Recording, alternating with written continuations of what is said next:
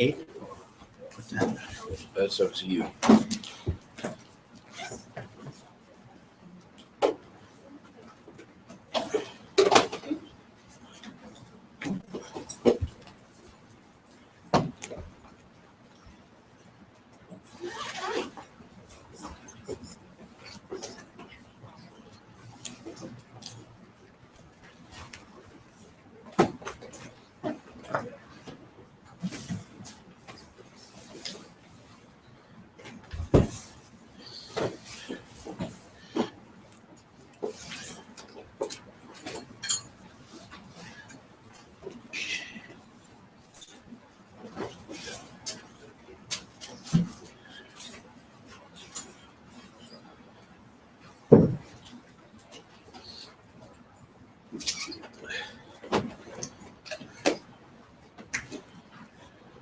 Good evening, my brother and sisters, and church. And then I have to say this word, Bible students. That would be great, right? So thank you so much coming this evening. Your so busy time, still you are here and able to see. And not only seeing each other, this is great encouragement to be here and learning His Word. I feel this way. Every meeting, I learn something new. I mean, it's up to your understanding, but my understanding is that every meeting is learning something new. So I find that from my book. But I'm not going to that. I'm going to illustrate a little bit regarding our last Sunday's sermon. Before that, I like to share, which is very good news. I share some of my brethren, hoping that everybody with me, same page, join with me. That is the great news. One of the brother in Nepal, which is since 10 years following Brother Ramananda with him, but he finally decided that to baptize. He is a little educated person that I know, and he was very moody person. And fast couple of weeks ago, Brother Ramananda connected Brother Meg, and Brother Meg went and brought him to the online class. And I spoke to him clearly what God said to me. What I said to him is that we're not teaching here to be religion, making your different religion, changing your religion, convert it to religion. We're not going to do. We just teaching the Bible. It's up to you, your faith, and God. Eventually, I'm so thankful that because he understood that. Because he is a son of one of the denomination preacher, and he is now our teacher twice. I'm so thankful, hoping that in the future we will work more with him because we're using his knowledge. Anyway, right now I have, if one mind, any of my brother and sister, I will asking you to meditate your mind inside, not outside, not a physical body. Meditate your mind and come to the point. I have some illustration here. I draw that, and I have some preparation for demonstration. Hopefully you may enjoy. Hopefully that you may like. If you like, you may say thanks. You may don't. And you definitely tell me something, which is I will learn. Before that, I would say this. Brother Jason brought last sermon, and that sermon types since past Brother Ellis brought that not cold, not warm, not cold, not warm, not hot. Those sermon was very, very hit in my mind. So I got this title with this two sermon. Before that, I like to asking you something.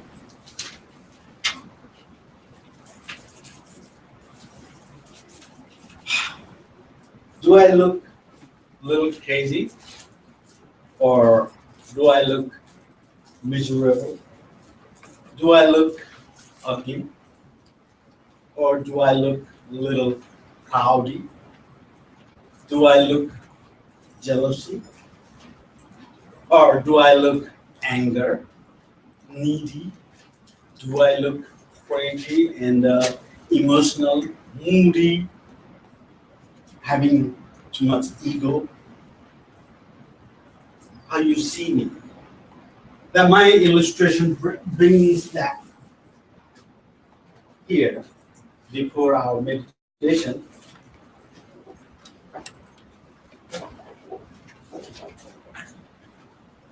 Alrighty. Last night I sit down, I read this Matthew and 1 John chapter 1, 2, 3, 4. And it's too very, very hard me to take my mask from me. That all the word that I just said, it tells me from inside. Those all the words tells me you are anger, you are moody, you are jealousy, you are needy, you are so many things tells that me. And this is my outlook. I'm asking you all, brethren here or sisters here, you might be very rich, very, very educated, very, very beauty or handsome, or you might be so much powerful, so much popular, or maybe you don't look, which is we look. I'm just asking you, if you wouldn't mind, take all the mass or take all the understanding what you have gained after you were born, and just go back to when you baptized, being as an innocent child, and just imagine how you look like. Was that enough that you wanted, or was that time as you are right now? Just feel it by yourself. I realized this last night. It was so hard to me to take that all out, which is I had judgmental. First of all, when I see someone, I judged him. I judge literally, this man is like this or that or some kind. I can read his face. I can tell something. And Matthew tells me, if you judge, you be judged. Oh my God, I have to stop this judging. Who I am to judge. Is that, do I go to do that, or do I have that power to judge somebody else? Oh, that was very hard for me. I wouldn't say that. But before I pass this today's your discussion, I would like to just close your eyes a minute when I will say thank you, then you stop, or you can open your eyes, or anything that you want. I would like to just close your eyes a minute and think when you baptized. When you baptized, how was you? How were you? Is this same position right now that you are?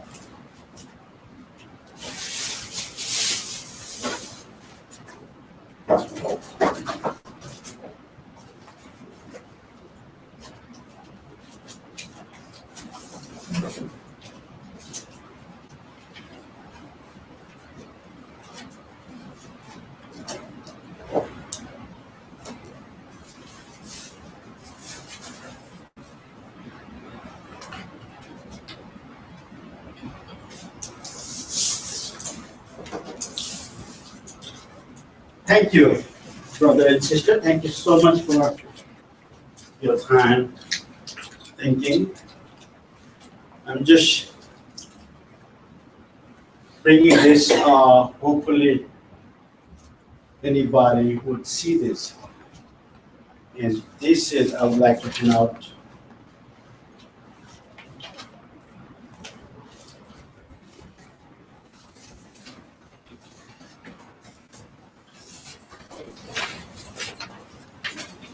and I didn't bring so many discussion matter. I just brought one question, and hopefully you will get the point. And that point is,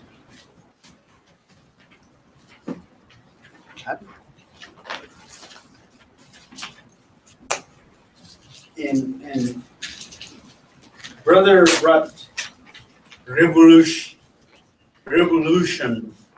that Jesus, when he was alone. Jesus was by himself. There was no one friend or no one helping him, and he had to bring that all things which is he has spoken, and you don't know where to start. But when John the Baptist in the prison, when he heard, and he began that, and they call Sermon of Mount, and that makes very, very big for me when I learned that chapter 5, 6, 7, 8, it's very, very related to my life. That's why I ask him, do I look anger or do I look this and that? That is my understanding. Now, what you find is related to my brother Jason's Sherman and brother Ellis brought other week.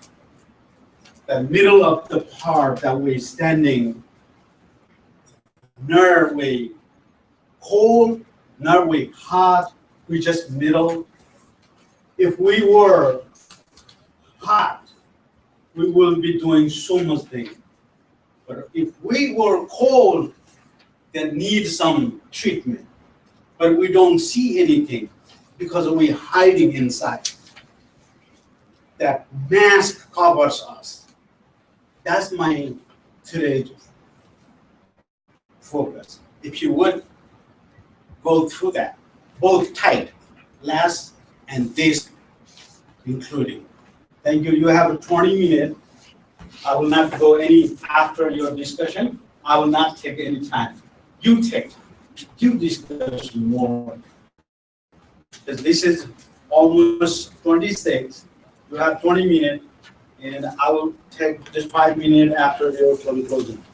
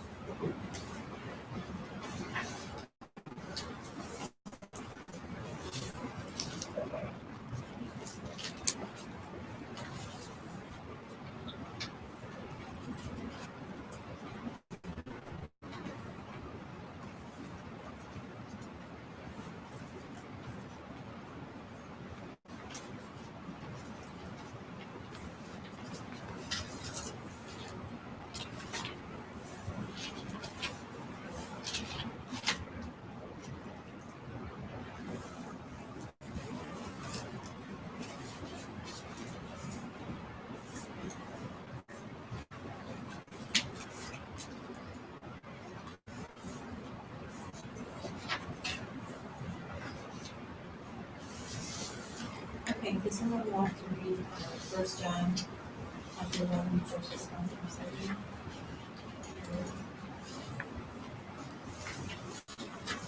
This is the message we have heard from him in the first year.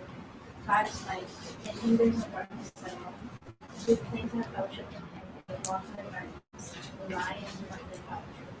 But if we walk in the light as he is in the light, we have fellowship with one another, and the blood of Jesus has not purified us. That was she read from the sheet, because not right. And that's like another translation. Do I read this from the verse? Would you like? Sure. You can read off the sheet. 1 John 1, 5 through 7, New King James Version. This is the message which we have heard from him and declare to you, that God is light, and in him is no darkness at all. This is the message which we If we have say heard that from we him have and fellowship declare with to you, him, that God is light, walk and in in him darkness, is no darkness at we all. lie and do If we not say that we practice the have truth. fellowship with him, and we If we walk in walk in the darkness, light, we as lie he is and in the do light, not practice the truth. we have fellowship But if with we one walk in another, the light, and the blood of Jesus as he Christ, is in his the Son, light, we have cleanses us fellowship from with all one sin. another, and the blood of Jesus Christ, his Son, cleanses us from all sin. Okay. So going down to our first study question. Oh. One question. When you think about the scripture, Question. we understand what the passage says about the darkness. It's me. In the light. Notice it says that if we walk What is as he is in the light, we have fellowship. preventing you from being like him? And the blood of Jesus, his Son, cleanses us from all sin. So I have that portion of lack the of passage, if we this walk in thing. the light as he is in the light, we have fellowship with one another. I have lack of When you read that and then Humbleness. number one, and look at the question, lack of what do I mercy, need to be to like show Jesus? mercy, What is it? and What do I lack need of to be like compassion. I try to be Jesus? And again, as you humble, reference back up to the as in my scripture work, that says that there's at darkness, my in anywhere I go, But again, if we It's say that we have fellowship, mocking me, some and kind walk of in darkness, we behind lie me. and do not practice It's the truth. mocked me Even within that- to that being statement, humble. but thinking about I feel that. personally, what do you think you need to be Several like? occasion again and again and again. And I cannot be like them, and I try to be not like them. That's my first embarrassment. And second is compassion. Trying that compassion which Jesus had over us, over innocent man, innocent people, innocent people. He sees that their face seeking, and that face, what I see, try to help, and not doesn't work that way, which is how Jesus sees. And why or how can I be like him? Now, discussion is not that the point.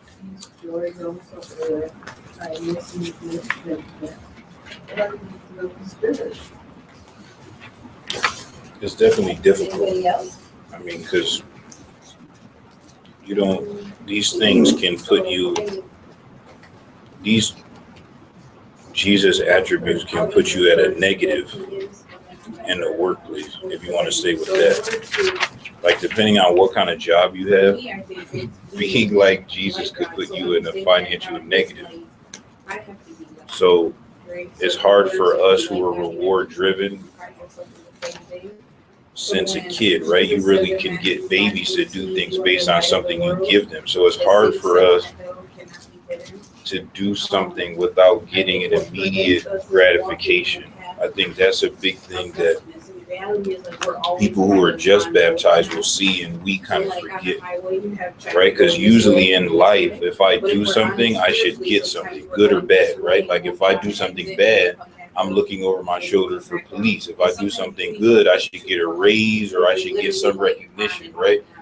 But in this, if I do something good but get a bad result in the world, but come to church and everyone say, no, you did a good thing, is backwards in the human mind, right? I feel like if I do something good, God should give me a blessing immediately. Then I know to keep doing good things, but it don't work that way, right? Sometimes you could do something good and get a bad result in the world, especially in the workplace, depending on what your job is. That's very difficult.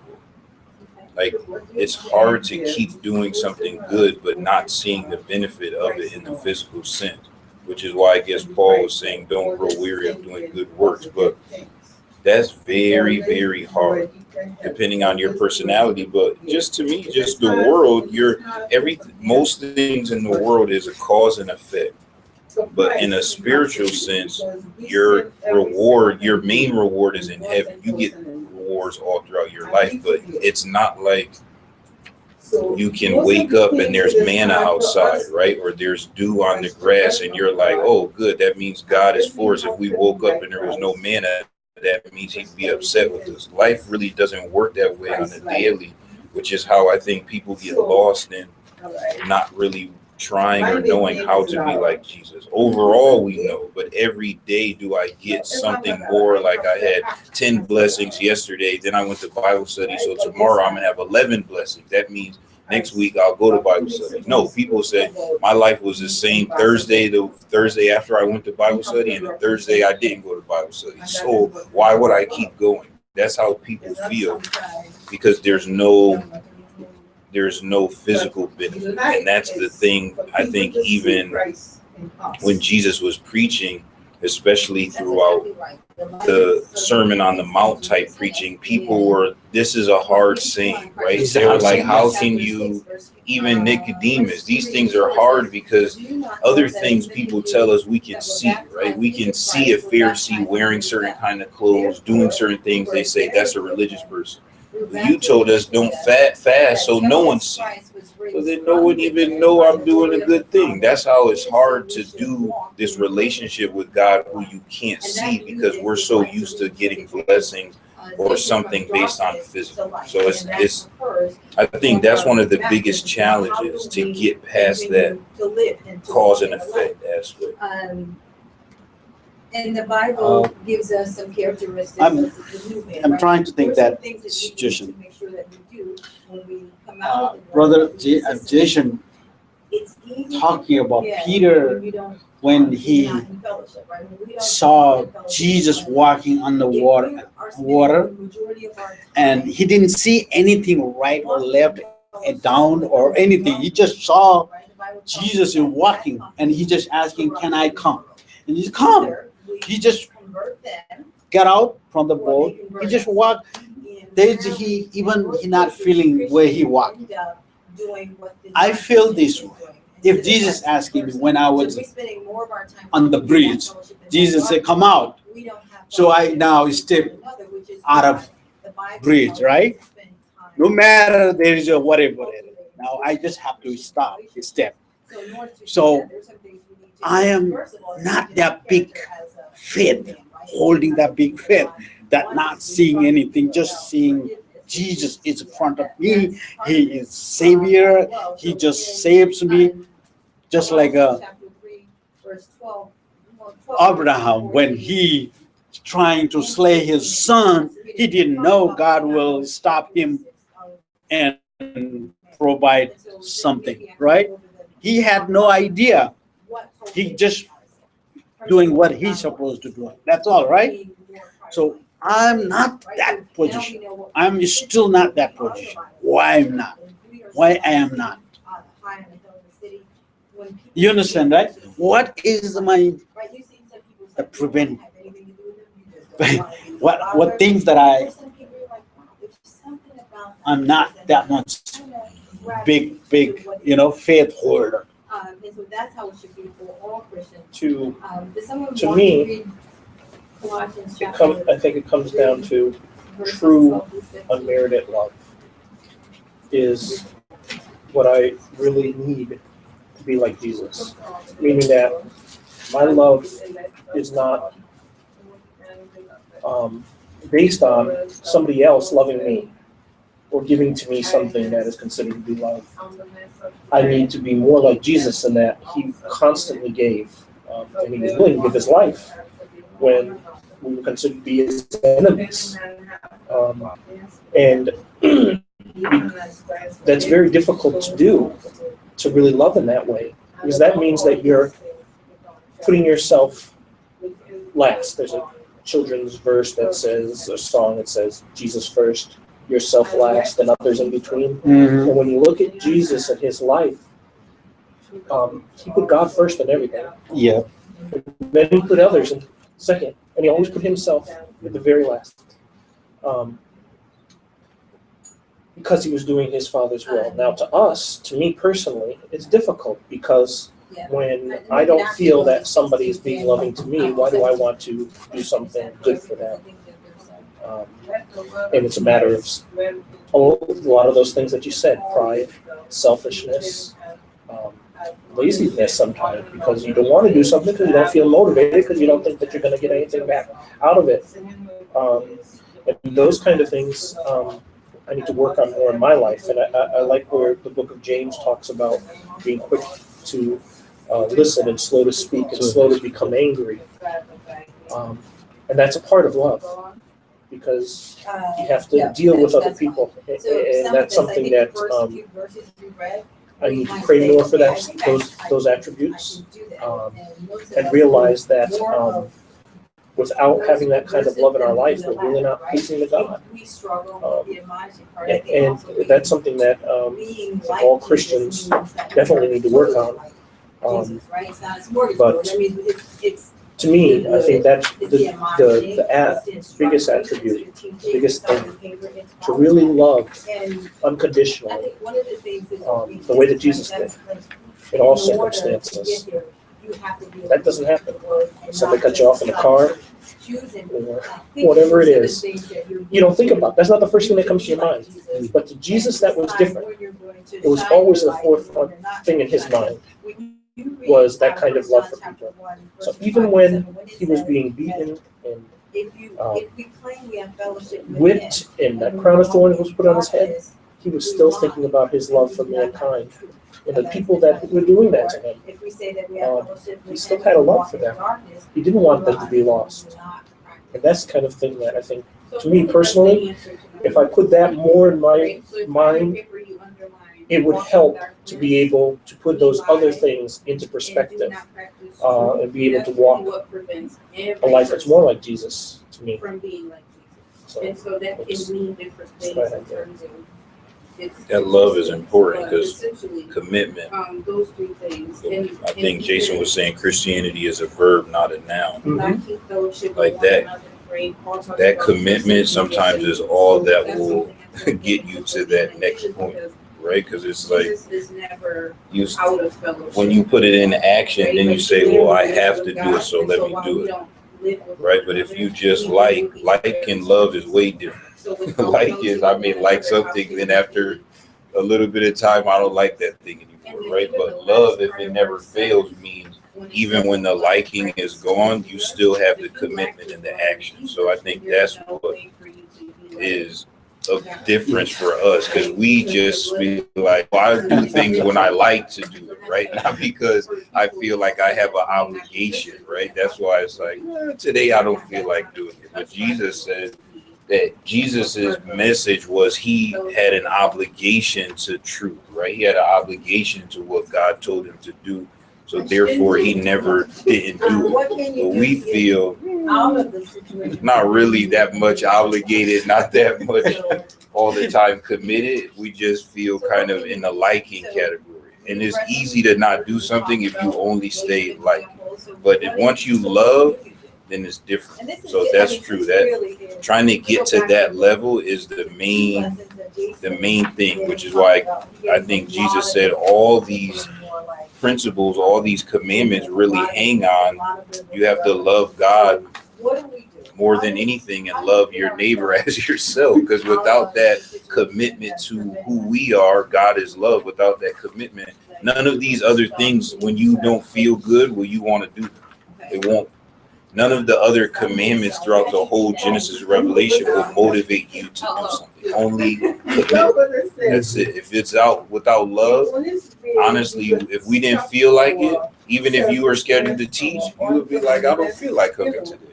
But you felt an obligation. Oh, I have to teach today. But without obligation, you feel maybe you don't. Maybe without Why would I obligation, go? some people won't Why even would go I- home that day, right? They say, "Oh, I don't want to go home today. I go to the hotel." Weather is not good, Yeah, you know. yeah. We did it and that.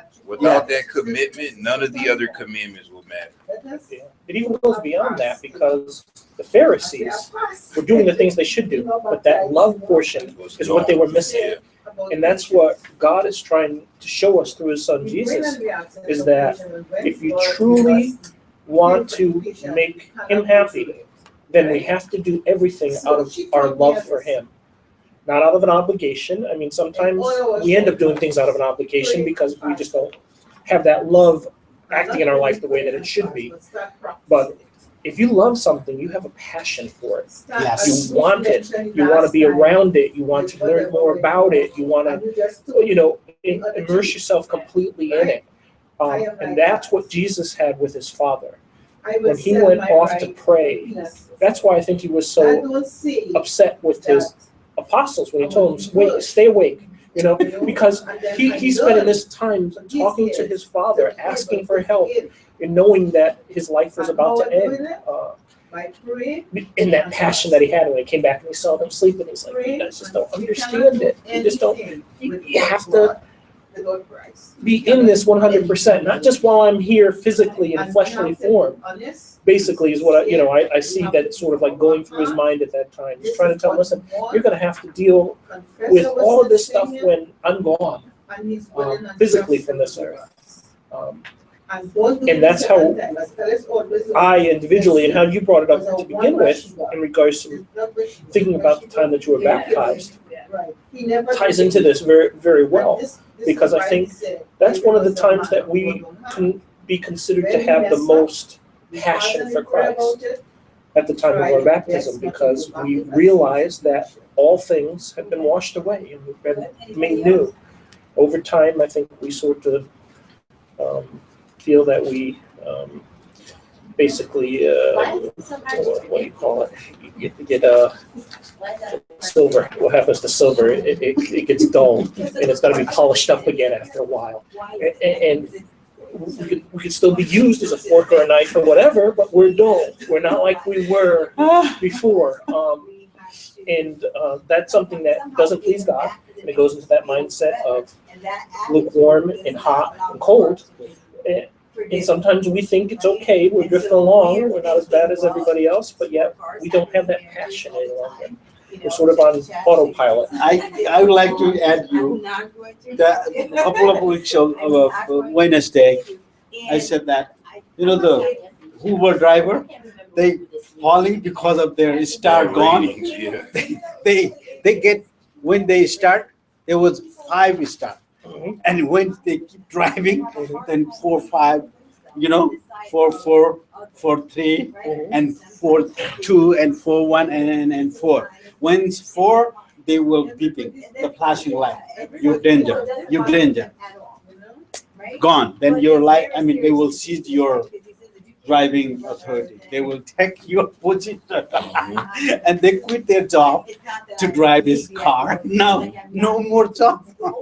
So we are, when we baptize, that was different as our understanding, and how what is some kind of we had our job, maybe very very excitement inside.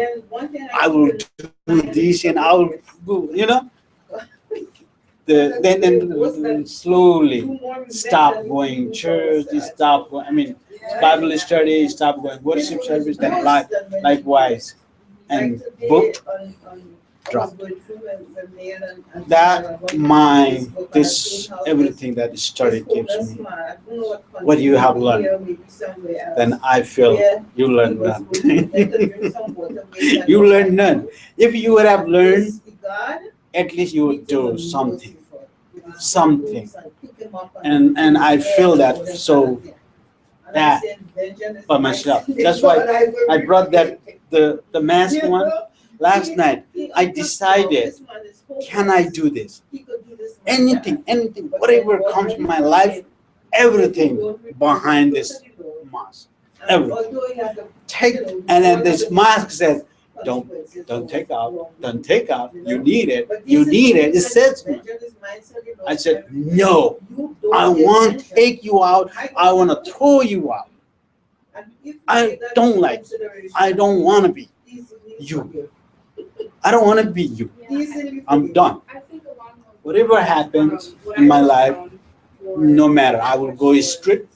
I will go any situation. Let me be.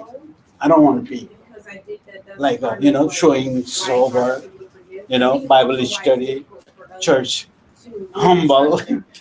It looked like that, but not. Because I show next day, same thing, that same attitude. You understand, right? That's hypocrite. They call it hypocrite. That's hypocrite. God knows my soul. God knows my heart. And I'm lying him.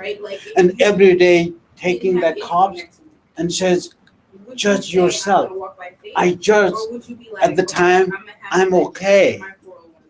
I'm okay. I'm just okay. I'm not great. I'm not good. I'm just okay. That's why I feel this way. I don't know, brother. Well, Gnosticism had taken over this area, and Gnosticism is the Greek word. The Greek word for Gnosticism is Gnosticism, which means knowledge. So they had started teaching something entirely different. And Gnosticism taught that salvation is achieved through special knowledge. This knowledge usually dealt with the individual's relationship to the transcendent being. So he opens up, John opens up by saying right here in verse 5, this is the message we have heard from him and declared to you, God is light, and in him there is no darkness. If we claim to have fellowship with him and yet walk in darkness, we lie and do not live out the truth. The truth had been replaced. So what they felt they couldn't do with that teaching was walk with God. Jesus showed by coming down in the form of God that mankind can have a relationship like God had with Adam and Eve and exist and coexist together. Gnosticism didn't teach that. It taught replacing knowledge with something entirely different. Therefore, people didn't feel that they can measure up by walking with God. So they walked a different way. God is light, and in him is no darkness. Man takes the dark approach because in him his sin is revealed. In God, his sin is hidden in Jesus. And man struggles with that because he don't think every time we talk about sin, the majority of us as Christians say that we sin. We keep reminding ourselves of what God had freed us from and saved us from, but we can't forgive ourselves because we do the same thing over and over again, like you had alluded to in your opening comments. But that guilt badgers us in our relationship with God because in God and his divine nature, he thought he fixed that on the cross. But we keep reminding ourselves of what we do every day. Therefore, we have no walk with him. See, when man feels that the cross is not enough, Satan wins by throwing it in God's face that you really didn't do anything because they still think they're dirty and you clean them. And as long as we keep confessing that, as long as our sins badger us and make us feel guilty, as long as we never rise above the bar, we replace the teaching of truth, where truth doesn't matter anymore and it's not sufficient for our lives. And that's what happened to this church. That's what happened to this area. That's what happened to this region. When other teachings come in and suppress the truth and the freedom, because I wrote down here not knowing how to exercise the truth. Man still, because of Calvary and since Calvary, still don't know how to exercise the truth. And the church is guilty of that. Because we keep reminding ourselves of daily sins, and we got to stop doing that. we're going to do things that are not divine, but that doesn't mean we're not saved. Yeah. And we got to stop beating ourselves up by the end of the day not being productive, because we constantly remind ourselves of what we have an inability to do. Some days are better than good days, and we have to remember that. That I had a good day today, or I'm going to have a good day tomorrow. Yeah. We have to remember that and keep telling ourselves that, so we can be productive in Christ and not unproductive in Christ, because we need the daily walk with Him to show other people that in humanity it can be done. Consider it all joy. Should walk on the light. That's why, right?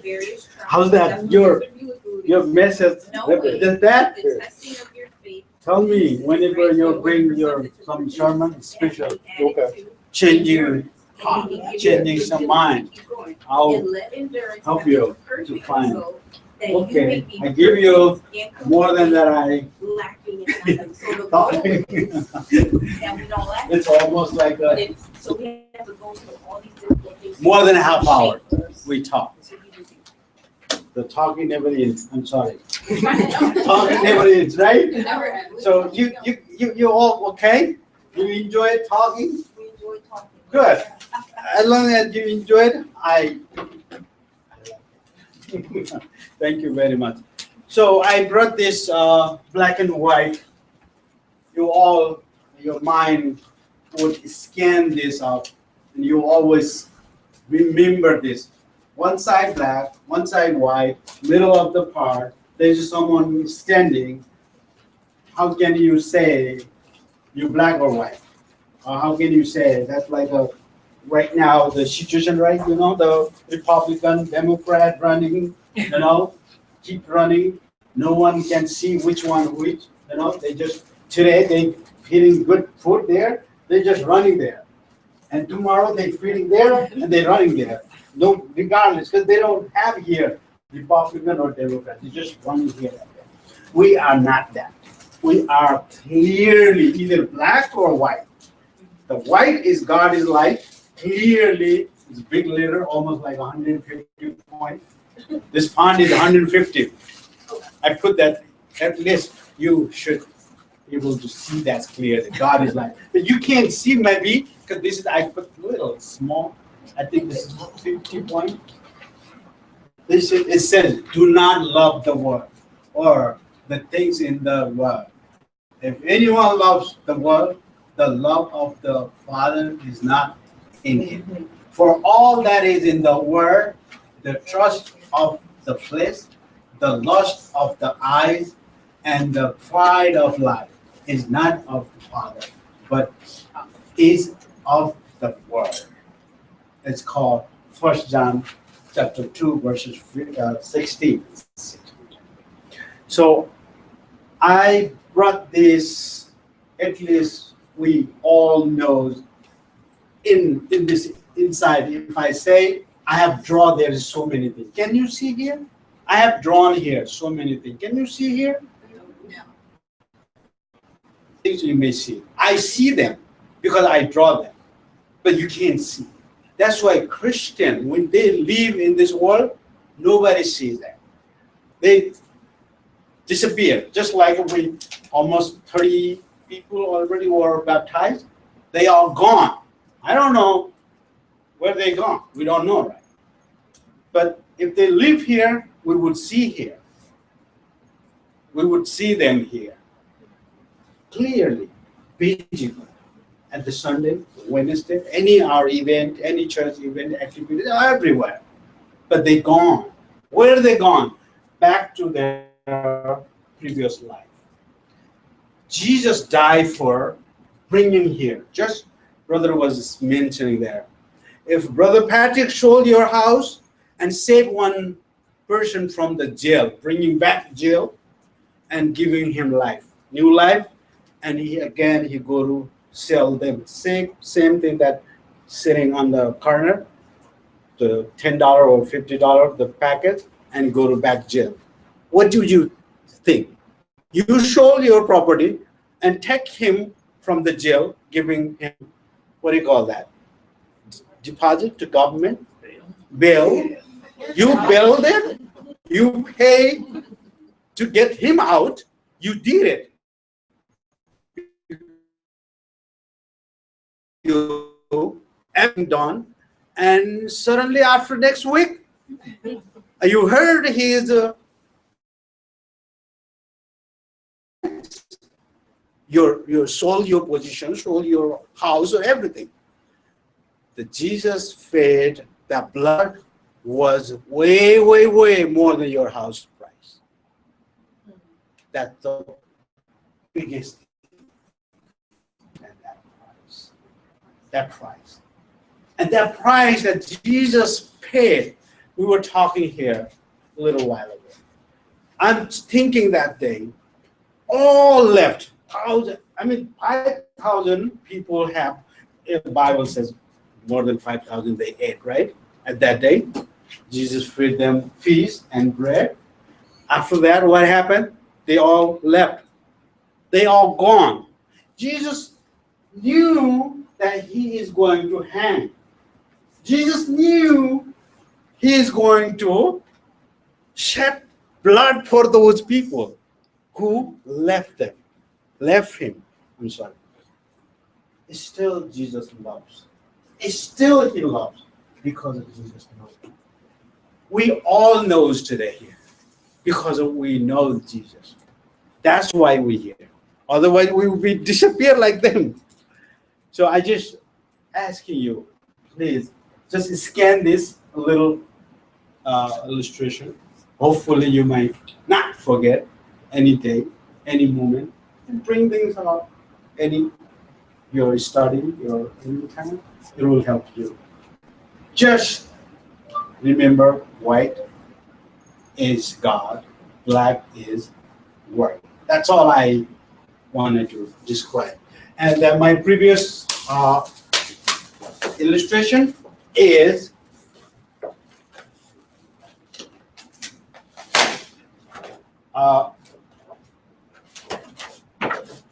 this is last night I draw this, and when I was drawing this, I feel this. Those all the word that I pronounce. Am I ugly? And am I this and that? All things come in my mind is, and he said, yes, you are. Yes, you are. I said, it's too hard to take that my bad things. Go. I don't need you. Go. But they said you need it. Tomorrow you need that. Because you're gonna do it again back. Same thing. What you're doing, right? Today I acknowledge. Tomorrow I'm going to do same thing. Judging or doing something bad. I want to take forever. Regardless. Any situation that I have to fall and go through.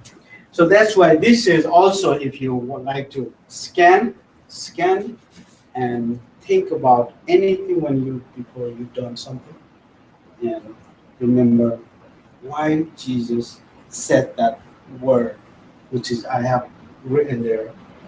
Jesus said, very good word. Why you call me Lord, Lord, and do not do what I said. Do not do what I said. Luke chapter 6, verses 46. That word gives me all the time. If I say Lord and I don't do anything that he says, and he is not for me, and I feel that very, very sharp. That's why I said this whole thing. I'm sorry. But hopefully you enjoy meditation 1 minute. I think you will, do in your future day, keep doing that meditation. That helps you, that meditation. Thank you, your attention. Thank you for, I hope you definitely forgive me if I said which you didn't like.